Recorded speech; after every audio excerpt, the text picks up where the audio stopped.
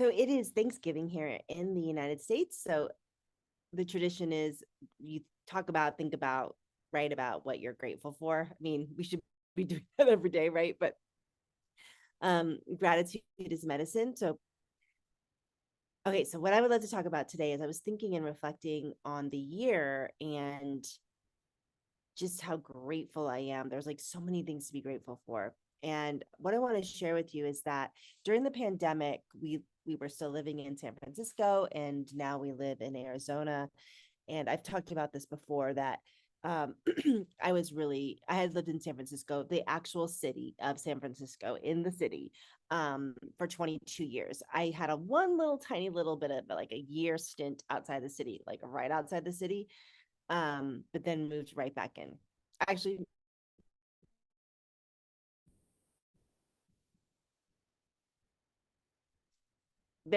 I had two. Doesn't matter. Doesn't matter. I was in the city a long time, and I was really done moved. I really was like, I'm like, my husband's job was very tied to Silicon Valley and the tech, and he went to work every day there. And so we just couldn't see a way out because of his job. And I'm mobile, I can work anywhere. Before the pandemic, actually, that's not true, because before the pandemic, I was mostly in-person clients. And then when the pandemic hit, I started going more online. So my point is the pandemic hit and everyone went remote, and it was weird. There were a lot, I've talked about this before, there were a lot of things during the pandemic that were very challenging, for everyone. And then of course I had my own journey with it. I wasn't aligned with forced vaccinations. I wasn't aligned with like the government interceding. I got bullied into doing things I didn't want to do during the pandemic. I lost lots of friends. I got called names. It was hard. And it just was like, I have got to get out of the city, because San Francisco was what had probably New York, San Francisco, had the strictest COVID restrictions. And I felt like there were times I couldn't even go on a walk.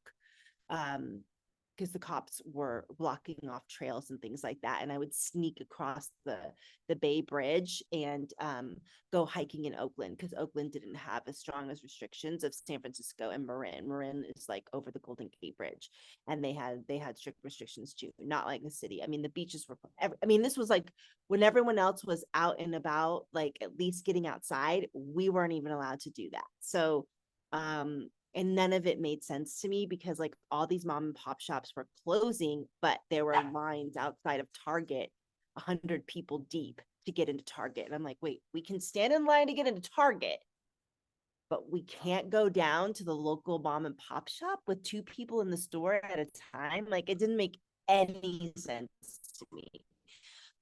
Um, and I had a really, really hard time. So, and I learned a lot. I learned how to stand in what I believe in and what my intuition was telling me, and what was good for myself and my daughter. I know my husband had his own journey with it, but I could really, really learn to stand in that. And like, you know what? If I have to lose friends because I'm standing for what I believe in and I'm not compromising, um, my intuition and my son. But cut to, without the pandemic, we would have not been able to move.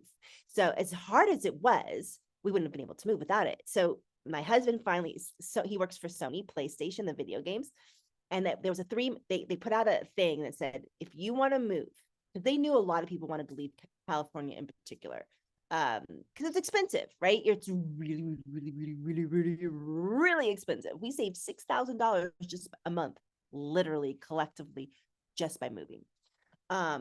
Like you add it all up, it was like we saved that much money. So they knew people wanted to leave, and so what they did was they gave their employees a 3-month window.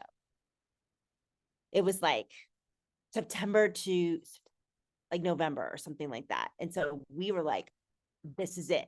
This is it. We're doing it. So we left right before Halloween. We got all our stuff packed up. We found an apartment. We decided to rent an apartment before we bought. So blah, blah, blah. Doesn't matter. Without the pandemic, we would still be in San Francisco. Most likely we'd still be in San Francisco. And I, it was hard on my soul. It was starting to wear on my soul. It was, the city's busy. The energy's intense. I wanted more space. I wanted more nature. I mean, I was desperate for nature. I would go out. I knew every single pocket of nature in the city. I knew where to go in a 15 minutes to get like just a hit of nature. Like for me, I need that. Like I need to be outside. In San Francisco, it's freezing. Okay. Like, especially in the summer, it's super cold. Everyone's like, San Francisco's cold. It's freezing. Um, and foggy and gray. Anyway, so without the pandemic, we wouldn't have been able to move. So I'm so, speaking of grateful, I'm very grateful for that period of time. And in my own selfish way, like trying to make lemons out of lemonade, lemonade out of lemons, right? Like it was a tough time for a lot of people. And there are people, we are still recovering from it. Kids are still recovering from being locked down and wearing masks and all kinds of stuff. People died. We know all that. There was a deep, it was a hard, and there were a lot of magic that came out of it. If you ask people like, what was the best thing that came out of the pandemic for you? Everybody's got something to say that they're grateful for. And for me, it was moving. And that medicine, like being on the land in Arizona, like right now I'm in Sedona in an Airbnb, like being on the land in Arizona every single day, every single moment, I'm in my home, our home, I'm on that land. I all I feel is grateful. Like, of course I feel other things, but at the core is gratitude. And there's something that it does, like that energy of gratitude and that vibration of gratitude that anchors you into, in a way, like into the earth and into Gaia, like into the earth. I just said the earth, but like in a way that's like so, I it's so tangible and so grounding. And no matter what's going on, I feel like I have that, right? Like I have this base of like, thank you, thank you, thank you.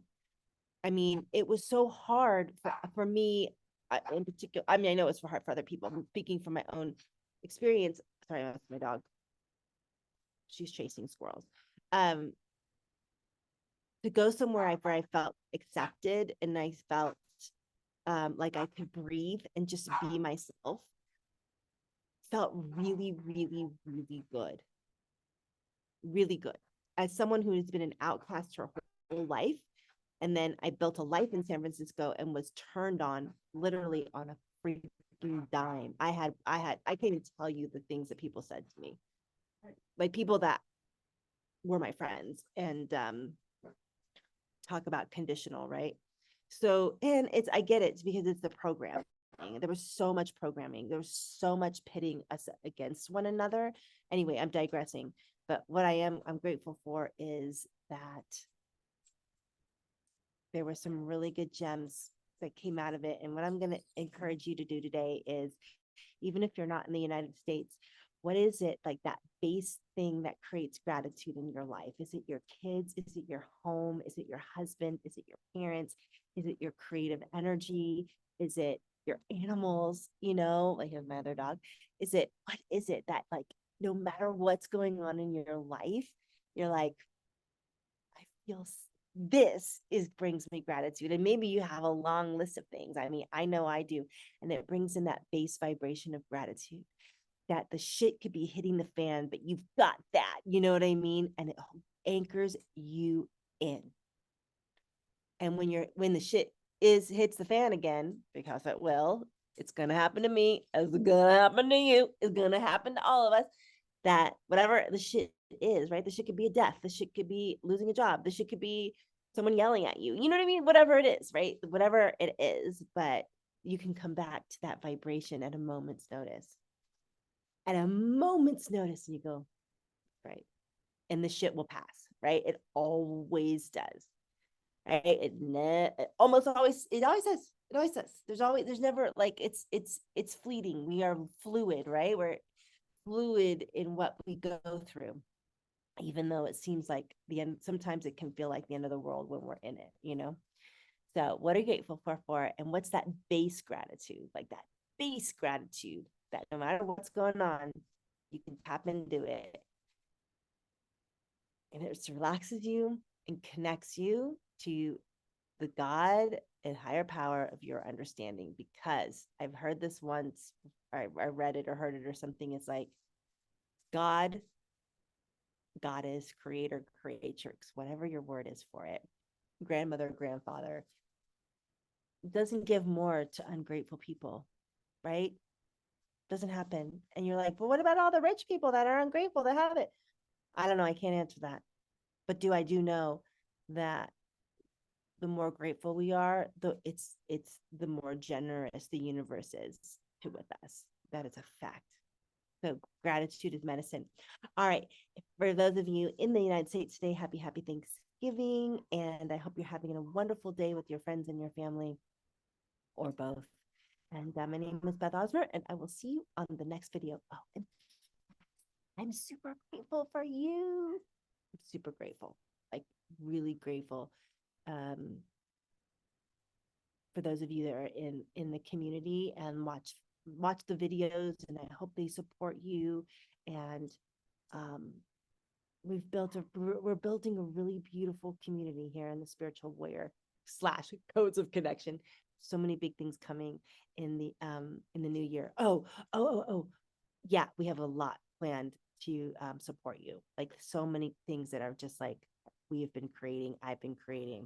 And in the PS today, in the PS is a video I made during the pandemic with my friend Christina Miglino, and we're making fun of like ultra spiritual, like woo woo people, which I'm kind of one of those people. That's why it's funny.